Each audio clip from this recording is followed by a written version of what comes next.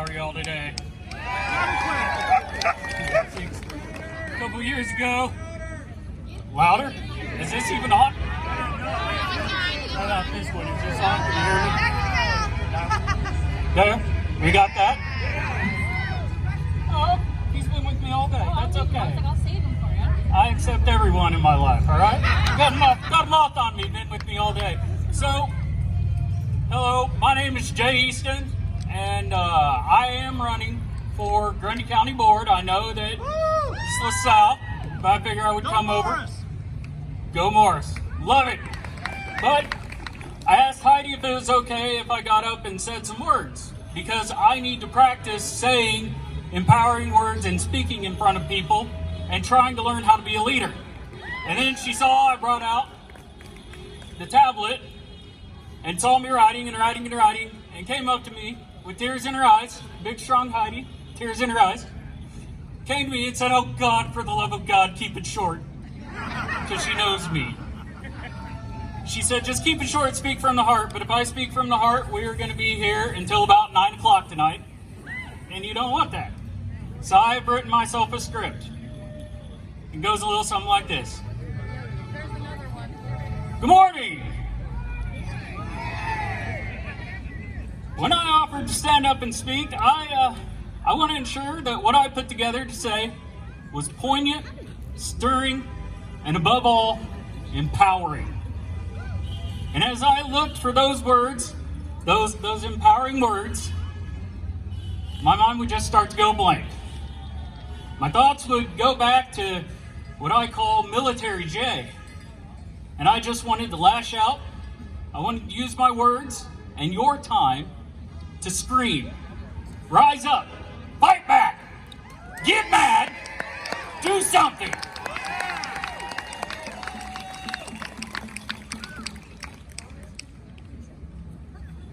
But we can't just strike back. That would play right into their narrative. So last night, I took the 10 pages I already had written, and I scrapped everything. I came here today to inform Ms. Heidi that I have no empowering words. And I don't want to waste your time. So I'm just going to put out a couple of quick facts, say my piece, and be done. Fact number one that I figured I would focus on is on September 25th, 2025, an executive order was signed titled Countering Domestic Terrorism and Organized Political Warfare. There's a significant amount of front matter about a gentleman named Charlie Kirk, but Section 1 goes on to vilify anyone trying to describe themselves as quote-unquote anti-fascist, and stating that that is a bold-faced lie and that they are not anti-fascist, they are anti-United States of America.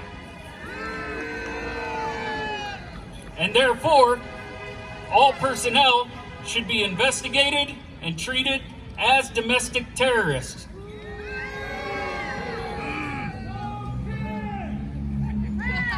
That's us. They're talking about us, the people that don't want kings. The final directive of Section 1 specifically states, and I quote, "Through this comprehensive strategy, law enforcement will disband and uproot networks, entities, and organizations that promote organized violence, violent intimidation, conspiracy against rights, and other efforts to disrupt the functioning of a democracy." That doesn't look like this. This looks like what a functioning democracy is.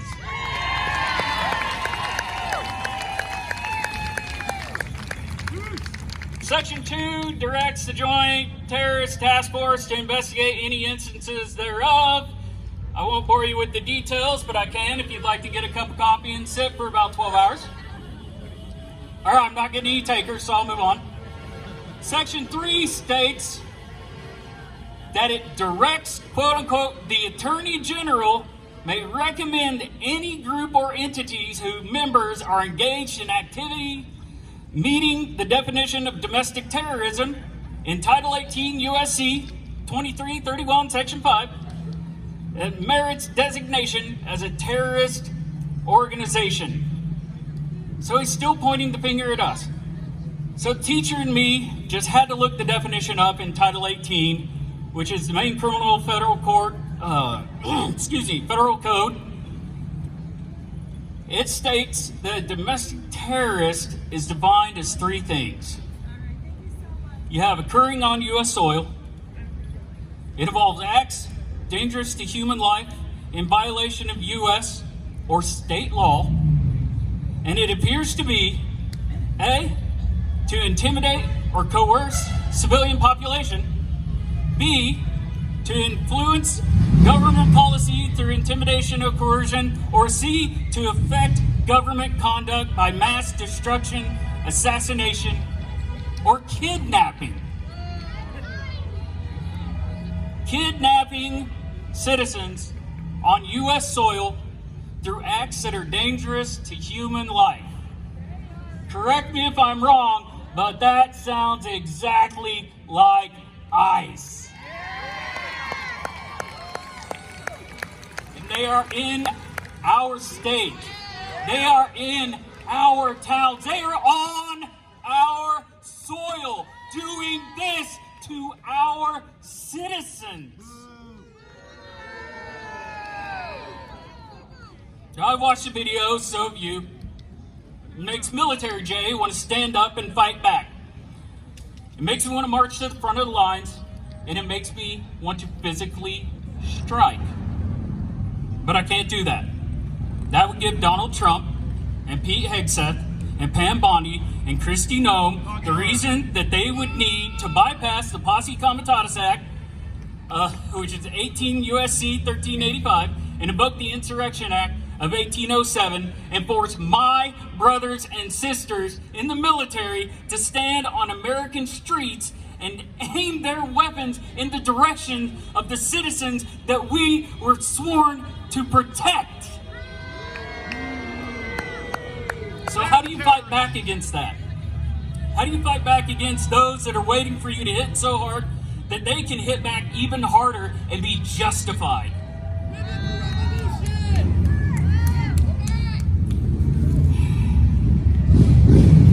That's about the time that I tore everything up last night. I grew so disheartened and so impotent that I decided I would just come here and be silent because I couldn't empower anyone. But then I saw you coming together, standing strong, smiling while living through these times. And I recognized my arrogance.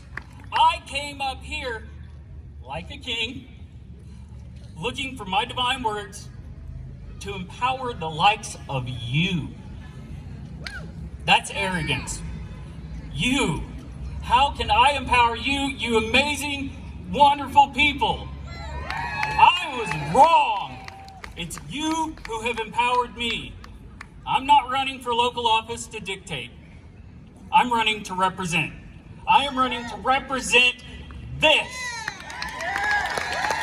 This is how we fight back.